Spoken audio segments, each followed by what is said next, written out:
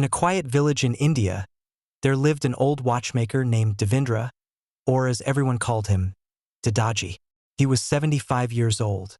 His little shop was filled with hundreds of clocks, from tiny wristwatches to tall wooden grandfather clocks. Some ticked loudly, some had stopped ticking long ago. But there was one clock very special. It had no hands.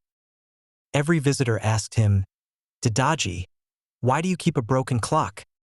He would smile gently and say, "It's not broken, it just tells a different kind of time." Dadaji wasn't always a watchmaker. In his younger days, he had dreams of becoming a poet. He would sit under trees, writing verses on leaves, paper, even bus tickets. But life had other plans. His father fell sick. He had to leave college, work at his uncle's shop, and earn for the family. His dreams were folded and kept in a small wooden box, never opened again. Years passed. Marriage, children, bills, responsibilities. He always told himself, "One day, I'll write again." But that day never came. One rainy evening, a young boy named Ariv entered the shop. He was curious, smart, and full of questions. "Dadaji, how do clocks work?" "Come, I'll show you," said Devendra, happy to share what he knew. Day by day, Ariv kept visiting.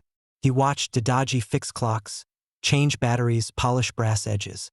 One day, Ariv asked, "Why does this one have no hands?"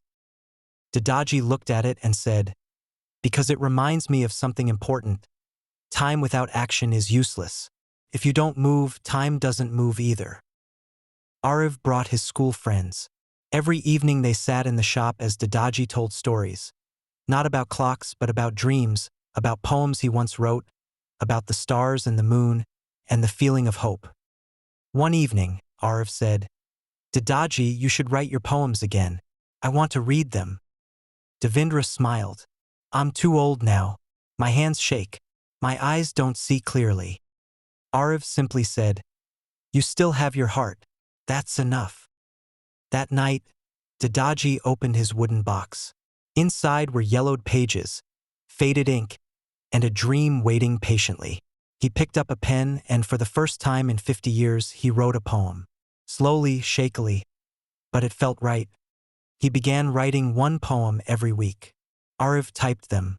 Soon, the village school printed a booklet called "The Clock That Had No Hands, Poems by Devendra Dadaji." People cried, smiled, and said, "Why did you wait so long?" And he replied, "Because I thought I had time." Narrator, emotion rising.